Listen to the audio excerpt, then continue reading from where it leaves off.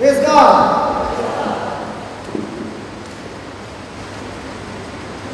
Father, we thank you as we go through this journey.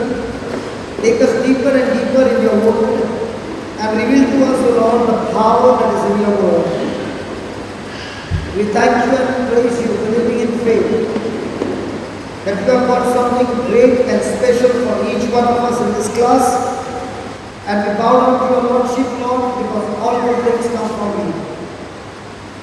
Our hearts are open, our minds are open. Speak to us a word that will change our life. We thank you and we praise you in Jesus' name. Amen. Hallelujah. Did you enjoy your food? Yes. So, are you feeling sleepy? No. So can we continue? Yes. Oh, praise God. Let's read the third one. Words determine the way we think. The way we think determines the way we feel, and the way we feel determines the decisions that we make. Praise God. How many of you seated here believe that your future is in God's hand? Lift your hands up.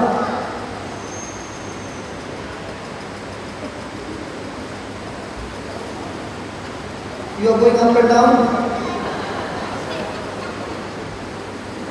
Do you believe your future is in God's hand? From morning we have been learning that Adam's future was messed up by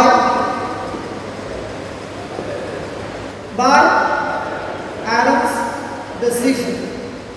So my friend, every time you make a decision, you open the door of your future. Any married people?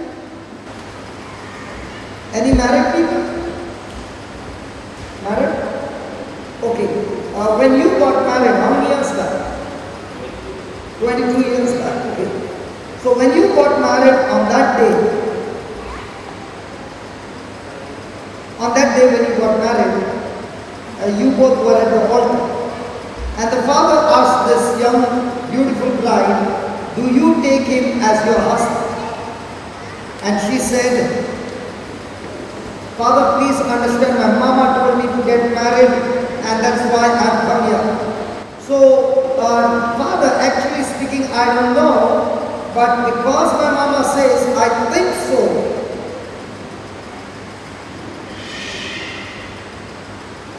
Did you say, I do? And when Father asked you, did you say, I do? When you both said, I do, you both made a decision to get married, and that's why the priest got you married. But let's say you were there and the priest asked, do you take her as your wife? And he said, no. Can the priest get you married? So what is your decision doing? My friend, every decision that you make in your life is going to open the door of your future. Let me give an example. I've got a wonderful job and I say, God, you are the God of prosperity and you want me to prosper. So I'm doing a job and there I've been put in a department where one signature if I give, somebody gets a big contract. So I tell the person, I'm ready to give you a signature provided you give me 10%. So I get 10% for every contract and I keep saying, God, you have put your angels charge over me and they protect me. And Lord, everybody is giving you 10%, but I promise to give you more than 10%. You are going to protect me. Is God going to protect me? Now I make that decision to take a bride, and after 2 years, one fine day I'm caught and I'm put behind bars.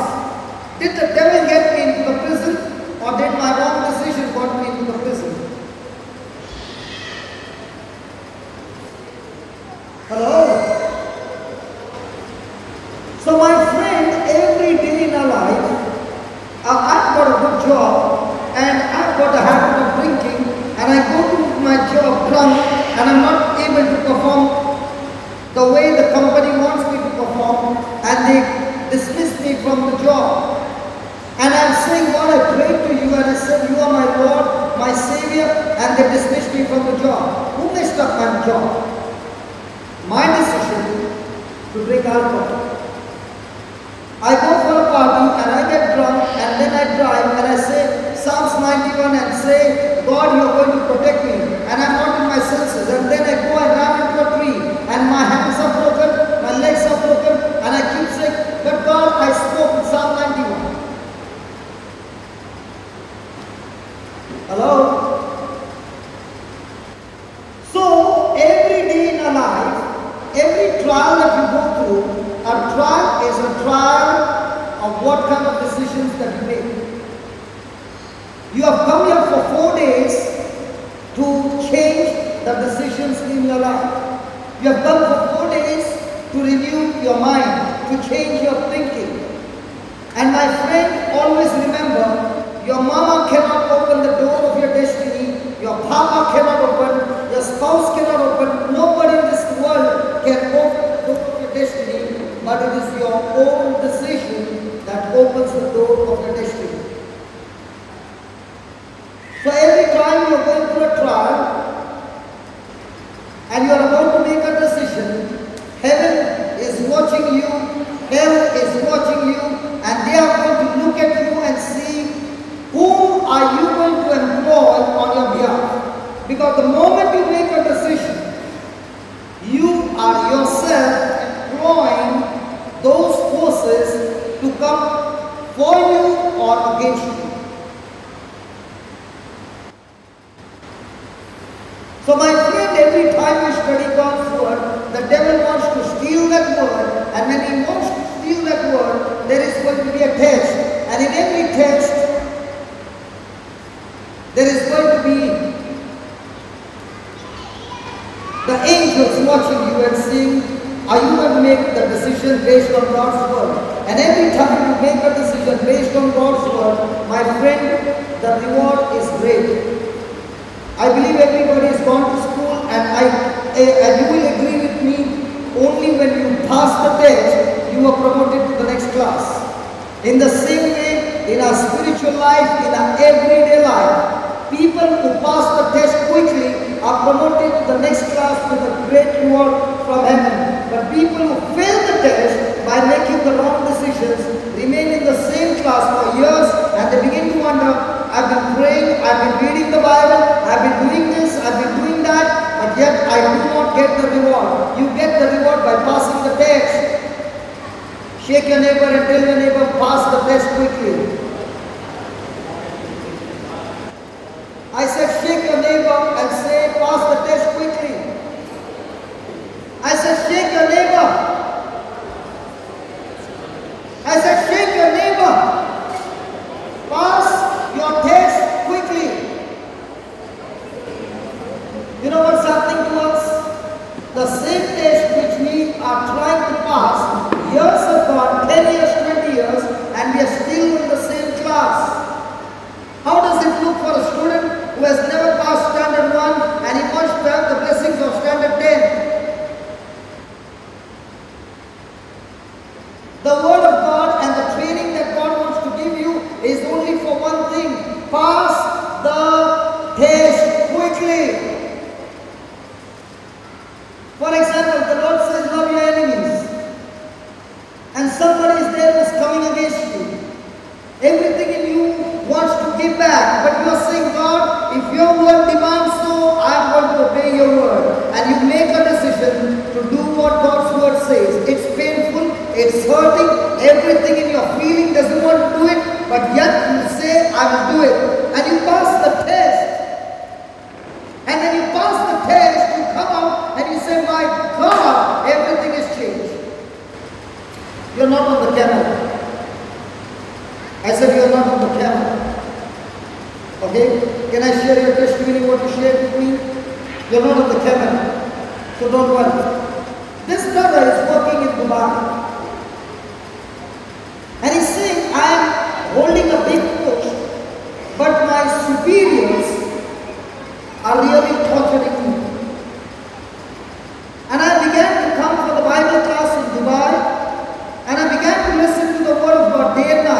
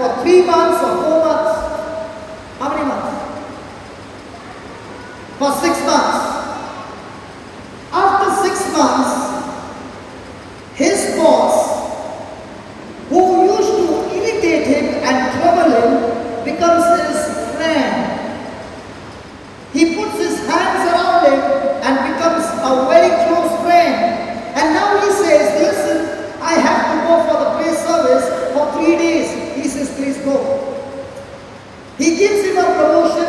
He gives him a letter of appreciation. The same person who had irritated him so much that he told his wife, I can't take it anymore, I want to resign. And the wife said, honey, you got to pass the test. You got to pass the test. You got to pass the test. You got to pass the test. Thank God for this precious sister who told her husband, she did not tell her husband, yeah, it's troubling you. I think you should quit the job. She said, no, pass the test. And you will agree with me, brother, when you pass the test in the office, you could pass the test at home. My friend, if God has put some people in your life who are irritating you, it's only to build your character and change your nature and make you a better person.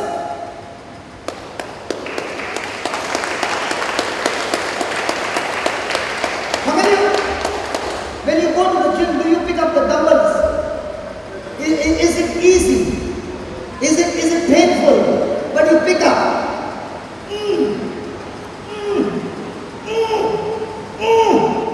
After 6 months, what happens? Come on. In the same way, when you are operating in obedience to God's word, my friend, you start developing spiritual muscles, and now when people look at you, they can say, hey, when I sit with you, I feel so encouraged, I feel so built up, I feel so good, I feel the peace of God, I feel my God is with you. Why? Because I have to go through my friend, you don't reach this position until you pass the test, and the test will be burning furnace all the time. You won't run away from the furnace, but praise God, if you just stick there, my God will show up in the furnace, not outside the furnace. But you know what the world will say, what the devil will say? Change your decision. Run away from the furnace. He came to me and he said, today my life has got so beautiful, brother. I want to tell you, brother, I flew all the way from Dubai only for one reason, to spend 4 days for the retreat, and then I'm going back to Dubai. You know why I've come? I've come to change my life. I've come to get more equipped so that I can pass the test quickly.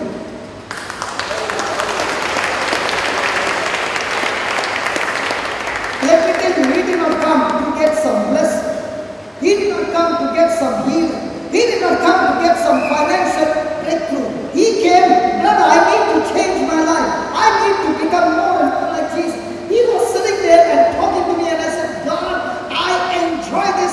This is what I want to see everybody do in their life. Because when your character is changed, when your nature is changed, promotion has to come searching for you.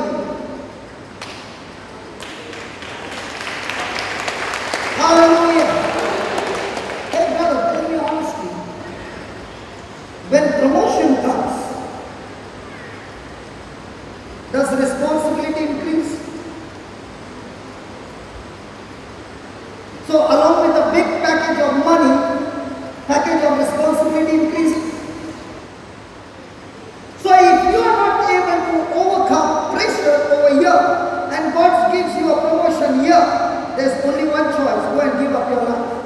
So God, before He can take you here, He has to teach you something here, so that you're well equipped. Now when you reach here, you can take the pressure and come out victorious. That's why David had to fight the lion, he had to fight the bear, and now he was ready to fight Goliath. And only those who fight Goliath get promotion in the army, and they become qualified to be the king. But when Goliath shows, many Christians will say, God, get me out of this place. My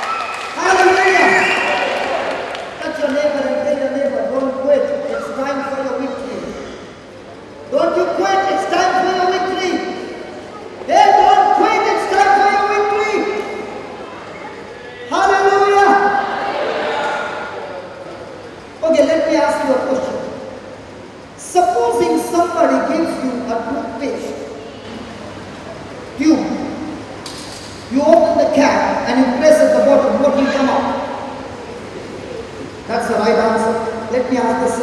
You press it in the middle. What comes up? Oh, we are confused. What comes out? Base. Very good. Now you go and press it right on the top. What comes out? Now you take the tube. Now both of you can answer this. You take the tube, put it on the floor, squeeze it with your leg. What comes out? That's called passing the test. No matter who squeezes me, no matter who presses me, the decision that I make is I'm going to love my enemy. I'm going to praise God. I'm going to praise the word of God. And I am victorious. The problem with us is we will say, praise the Lord. Hallelujah. Thank you, Jesus. But when somebody comes and squeezes you, good job.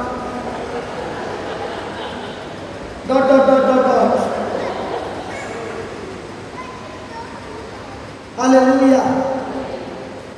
If you want to know who you really are, you will come to know when there is pressure. A person's character is really, really built up under pressure. Hallelujah.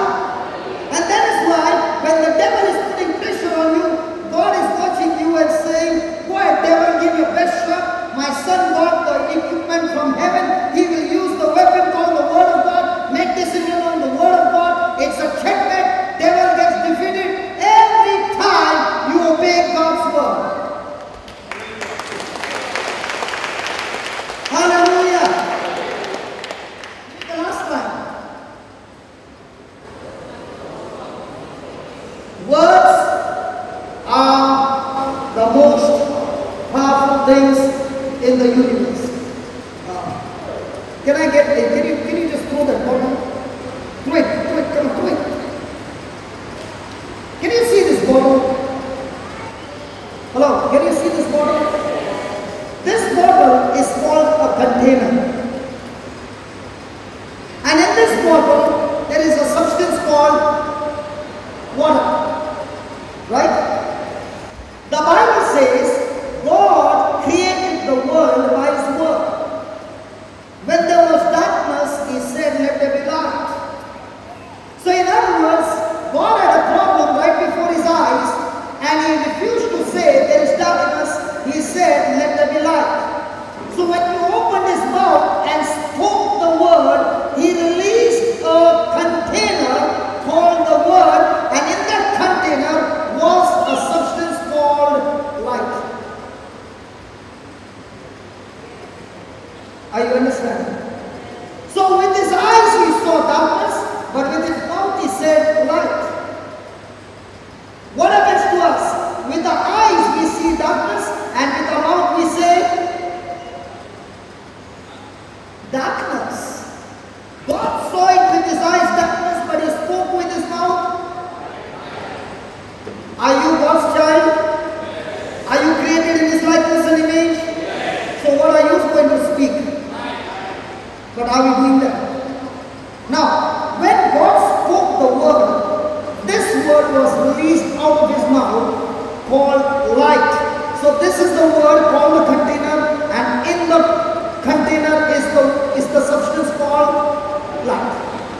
Now look at this bottle. Is the water filled up to the brim? No. In the same way, when a person is speaking the word, the level to which he is believing what he is speaking is the level of the substance in the container.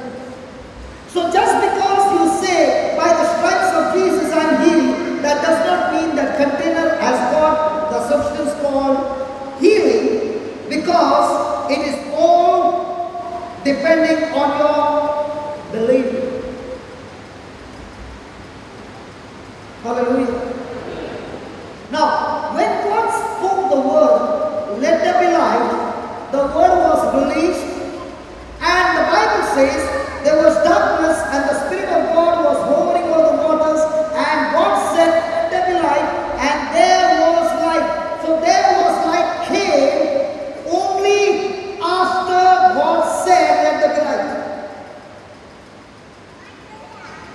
So in other words, saying or prophesying comes first,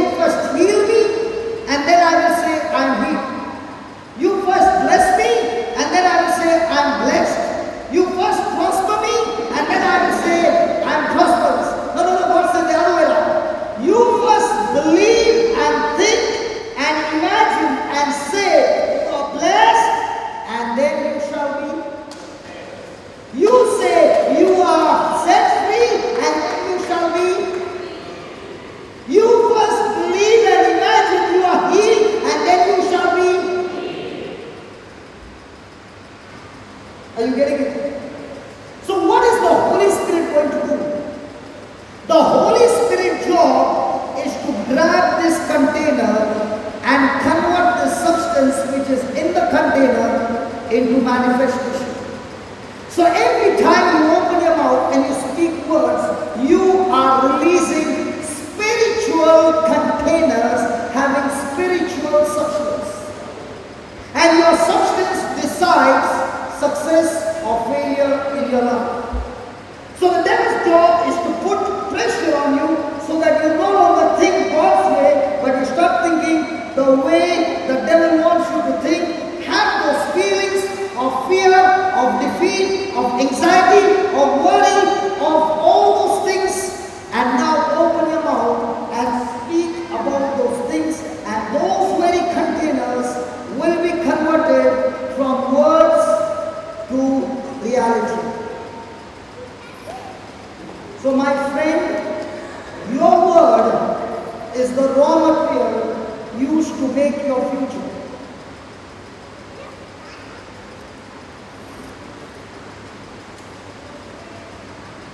The most powerful thing in this universe is the word. How are you going to supply the raw material?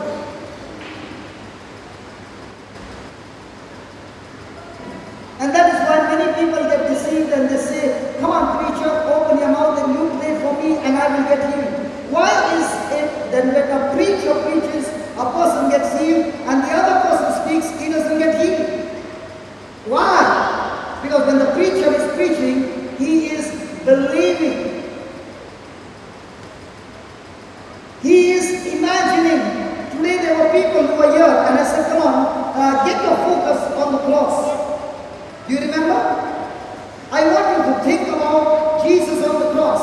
I want you to look at his chest wounded. I want you to see his blood. I want you to just look at all that and keep saying, Jesus, I love you. And I thank you for what you did for me on the cross. Did they ask Jesus, heal me? No. Why not? Because when you see and believe his wounds on his body and you believe that those wounds, he was wounded so that by those wounds I receive my healing. So what I got goes into his body, what he got comes into my body. When I believe that, the exchange takes place, and now when the person is running, they are saying, oh my God, so many years I had asthma and now I can run, I can do everything, and everything is gone. Show me one place in the Bible where Jesus healed somebody without opening his mouth. Except for that woman who stole the healing when she came and touched Jesus' garment. Jesus always opened his mouth and spoke the word and healed people. But praise God, 2012 Christians don't want to open their mouth and they want to get themselves healed.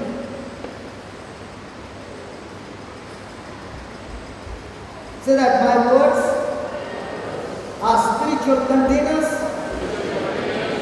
that contain spiritual substance that is converted from spiritual to natural by the power of God.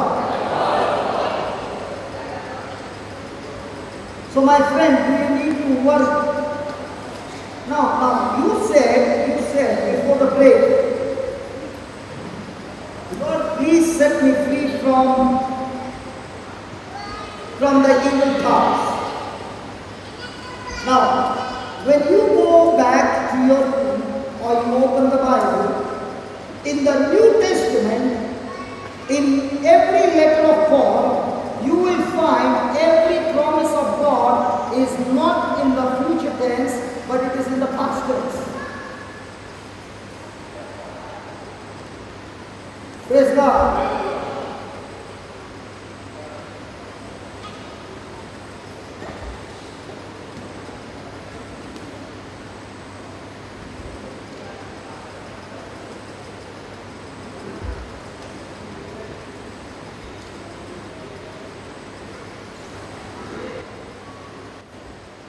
You are asking God something. Look at what God is saying. Please read that. Giving, Colossians 1 verse 12. Giving thanks unto the Father who will make us